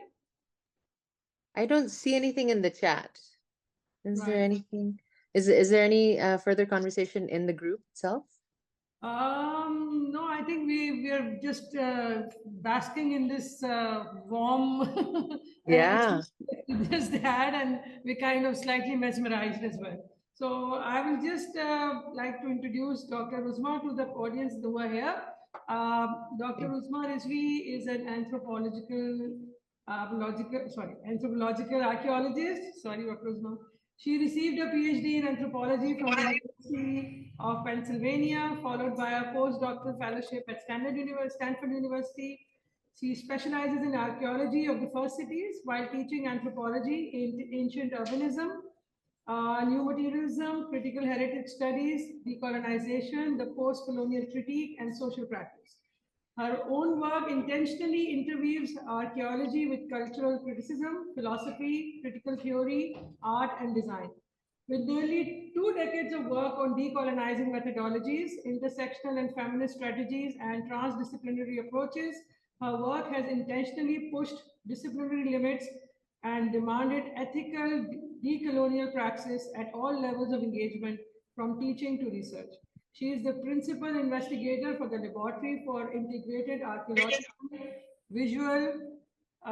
Visualization and Heritage, and intentionally interdisciplinary, feminist, anti-colonial, and anti-racist space, bringing together archaeological research and data management, visualization, and heritage practice.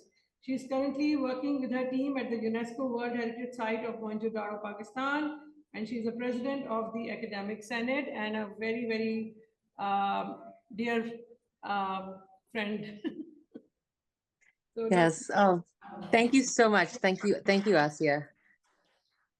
And thank you for carrying so much of the organizing of this assembly. I know it's hybrid versions are very difficult to do. Yeah, it's very daunting. It's daunting, and it's daunting from this side too, because हम लोग को कुछ समझ नहीं आ रहा है कि क्या हो रहा है, क्या नहीं हो रहा है, किसको आवाज आ रही है, किसको आवाज नहीं आ रही है.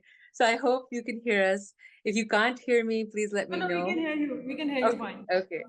I also wanted to thank the IT staff who are making sure this continues to work.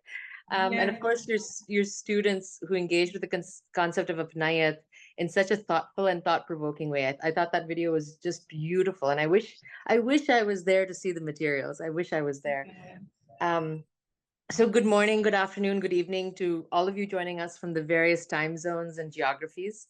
And there is something, even though this is kind of a mess, but there's something quite beautiful about how we've all gathered here. And the concept of gathering is where I want to start with the conceptualization and something that will frame our conversation together. So this is not a usual plenary or keynote.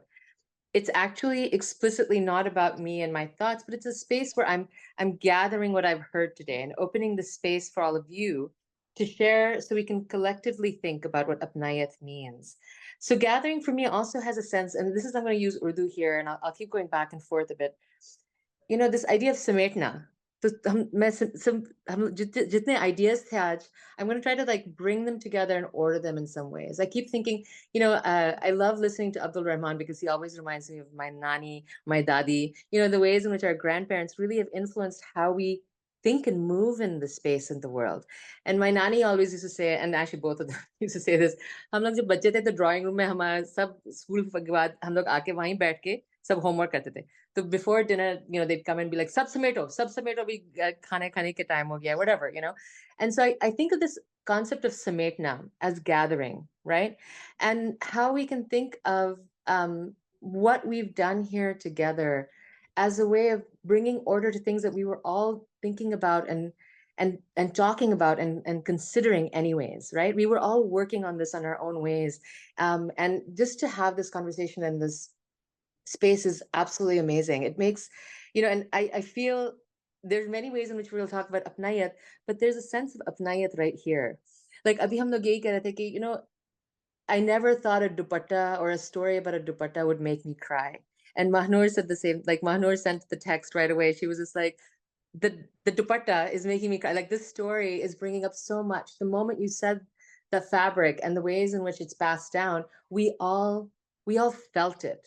Right? And there's something to that. Like, what is this relationship that we have to textile? What is that relationship? How can we pull that together and think through this? So one of the things, you know, I wanted to kind of think through the critique that was presented today, very clear. There's a desire to understand heritage differently. There's a desire to understand fashion differently. There's a desire to allow for Apnaiyiat in some sense to illuminate new pathways to research and thinking and just being in the world, you know?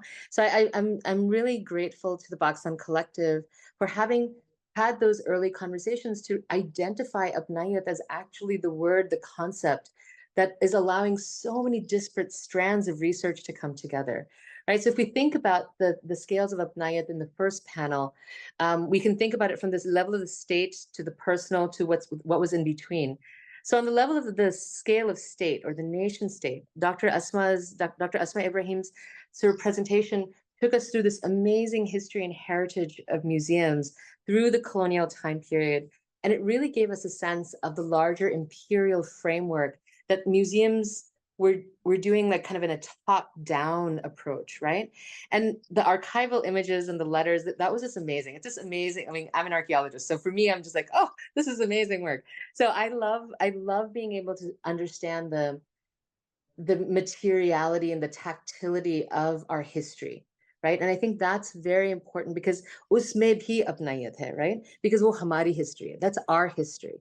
And so to be able to really understand what is that relationship? Why do I get happy when I see, like, I shouldn't get happy when I see colonial documents, but because they're about my spaces, it's about Frere Hall, a building I grew up around.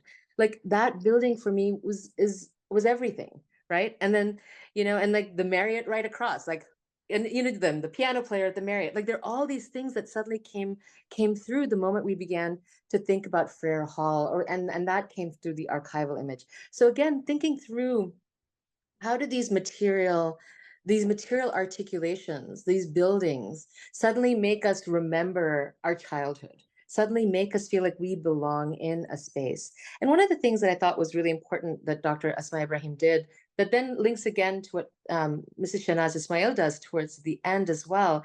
And that's about how we need to really decolonize our textbooks.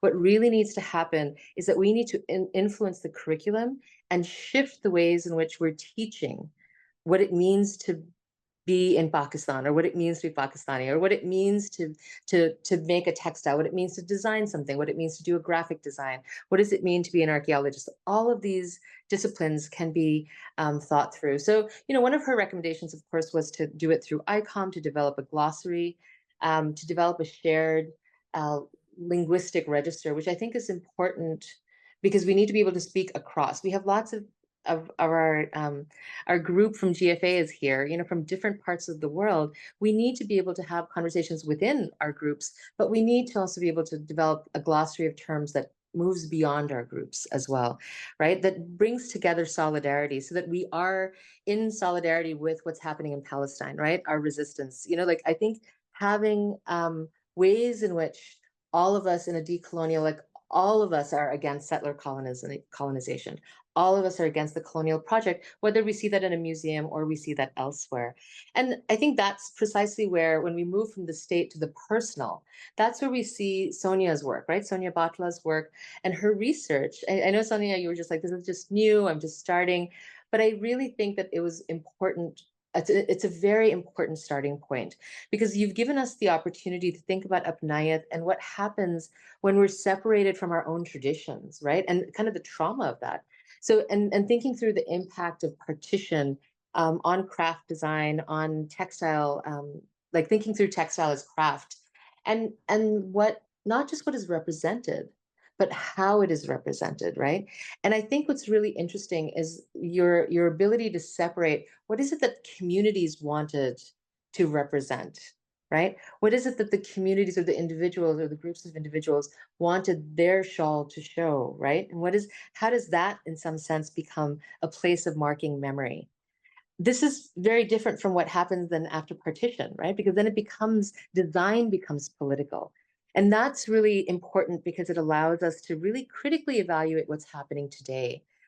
And so one of the things that I thought your presentation did really well, like in addition to kind of thinking of the contemporary moment, was highlighting memory, right? And this is going to come up again when we look at Chandana's piece too. But thinking through what is the impact of how we remember what we remember.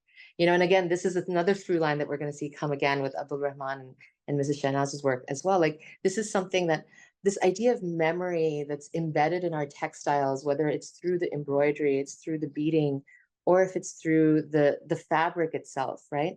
There is something there. I think you also brought up the question of language. And so that relationship between language that is articulated, that is spoken, jo main bol rahi hu, versus jo main see rahi hu, right?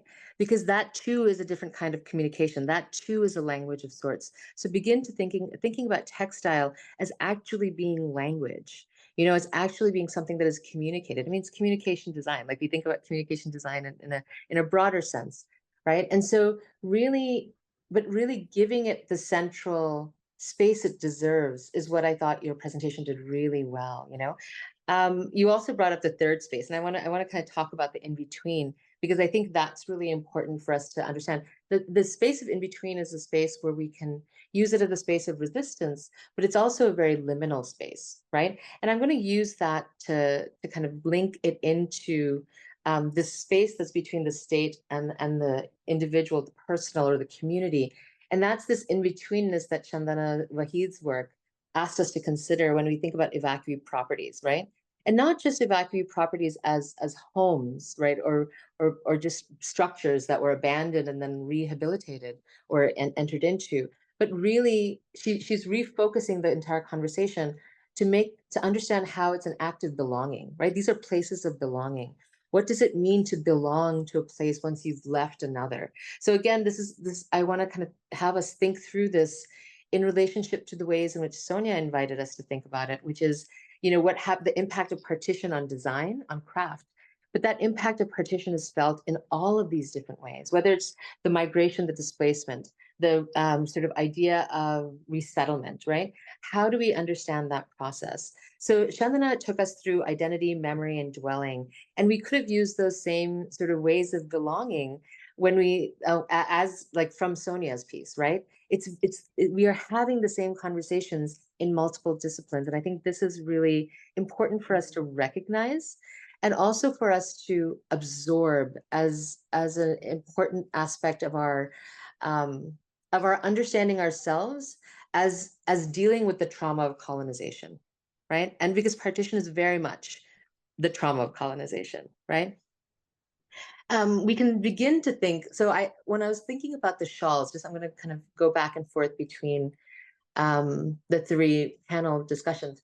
The museum is one sort of imperial structure, But the ways in which Sonia asked us to think about the shawl is that the shawl itself becomes a place of a repository of memory, right? And in that same way, it becomes a museum. And in that same way, then our evacuee space becomes a museum as well, right? Because it is a personal, and I think actually Chandana said this, that there is a space, the evacuee space becomes a personal museum of sorts. I think this might have been one of her direct quotes from like, or an interpretation of a quote. And so the way that something becomes a home is also a way in which one belongs. And that's, again, Apnaiyiat kaise, samajh mein kaise aaye, like within our own built environment, within our own space, it is about how you make something that is not yours, but it's also about how you maintain something that is yours as yours. So I don't know if that makes any sense, because the panel kind of brought together museums as spaces of memory and identity. But it left me thinking that actually, you know, I'm not sure if decolonizing the museum within a structure is what we need to be thinking of, or just it's actually about the recognition that there are multiple ways that museums are carried in the everyday, whether it's through our dupatta or it's through our home or it's through like this, the concept of museum, if we decolonize it, is something that becomes part of the lived experience, that becomes part of the everyday. And this is where I'm going to kind of bring in the most recent conversation we had. I'm trying to speed through this because I know we're really low on time and I want to open it up.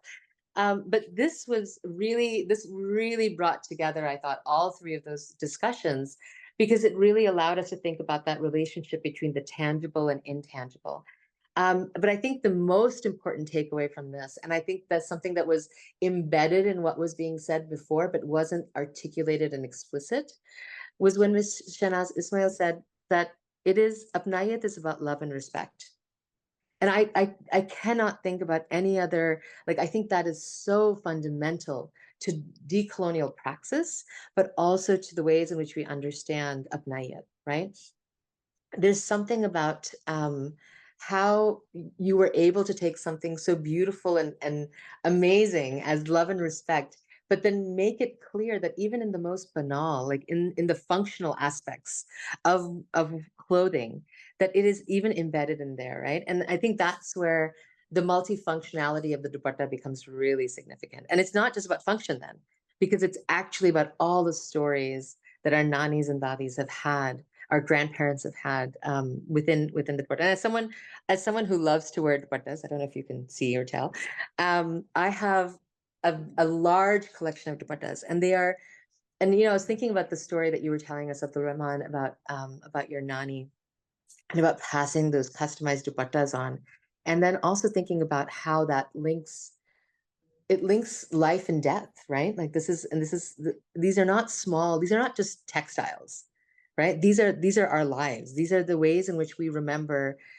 I have my nani's dupattas and my dadi's dupattas. Like, I don't wear them anymore because I'm afraid I'm gonna like they because they're very malmal ke the, you know, so बहुत ही नाजुक हैं. तो उनको मैं बस fold करके रखती हूँ, मैं उनको देती रहती हूँ. And you know what I really love about it is I take it out and I can smell them in it, you know, even though I know they've been washed, but for some reason I can still smell my grandparents in it. And those sort of affective properties is how you belong. You know, that's the love, that's the respect. And so I kind of want us to, I'd love to open this up, but just quickly, just a few more points here that I think I just want to kind of pull from that conversation that I think are really important. And I think this is something, Asya, that you brought up, this relationship between fast fashion and slow fashion, and how slow fashion is actually a decolonial methodology. It's sustainable. It goes back to our own history of sustainability, as was brought up in the conversation. We have a deep history of that kind of sustainable practice in Pakistan. And so shifting it from a fast fashion to a slow fashion modality allows us to reconnect with the ways in which we are and we were. And it doesn't alienate us. The other thing that I thought was really important that you brought up, Abdul Rahman, was the ways in which it impacts us. Jo asar padta hai, right? Jo pehante hain, when you wear fast fashion, it actually alienates you from the ways in which you can be considered to be, you know, and that there's something about the slowness of fashion, or the ways in which you can see the stories of and the love and the care of a textile that is coming through a different process, that then makes you feel differently, you know? And this again has to do, like, I think about, again, that love and respect within Apnaiyiat.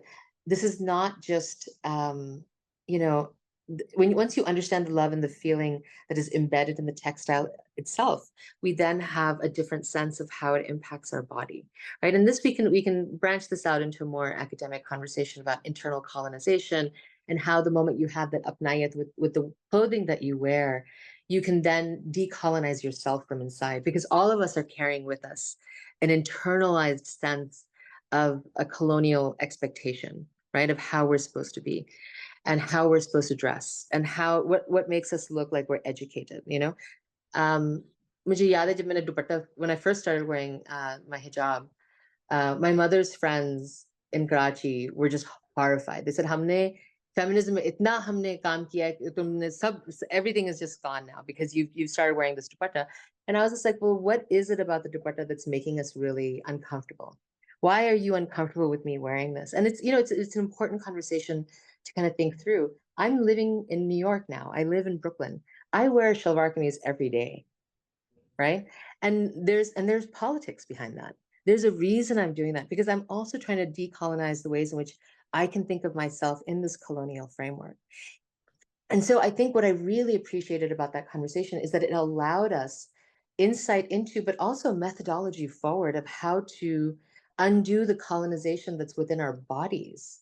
You know, and Fanon talks a lot about the internal colonization. So yeah, so whether we're thinking about the shawls, the kali kamli, the dupatta, broadly we can think about textiles as holding within themselves the capacity of Apnaiyiat, for them to engender Apnaiyiat. We're also thinking about how collective memory and pride can become part of our curriculum, not as a reading, I think this is really important, but as affective pedagogy, right? Like, how can we teach a sensibility, not so much a text? And thinking through those relationships with fabrics and textiles. And I'm thinking about, you know, it's interesting. I have some friends who are IVS alum, and they've all spoken about this flag, and I had no idea what they were talking about until you all talked about it right now. The flag on 14 August is a cornerstone memory for them, right? So again, here's a fabric, here's an emblem, something that is related to the nation state, but in that activity, you have built a sense of Apnaiyiat to a school through that activity. So so yes, and I think it's clearly seen in the student work. Like, I think it's, you know, that they were able to have a capacity to engender a response even from the diaspora. Even though we weren't there to see the work, the video itself I thought was really important, and an important way to think about Apnaiyiat. From the taweez to the tiffin to the dastakhan, I think the students really took that intangible sense of Apnaiyiat and showed us how it's articulated into material things, and it was really beautifully done, Asya. So I just hope you're able to really congratulate the students from us. And so with this framework, I know I've spoken a lot, but I do want to kind of open the floor for some conversation, either on Zoom or, you know, on the floor. And Asya, I hope you can help me moderate. But, you know, it's kind of having, I'll use a very ABCD term, having sematified, having gathered the emergent strands of thought around this concept. I hope we can have a better conversation. Thank you so much to all the presenters. I thought that was really beautiful.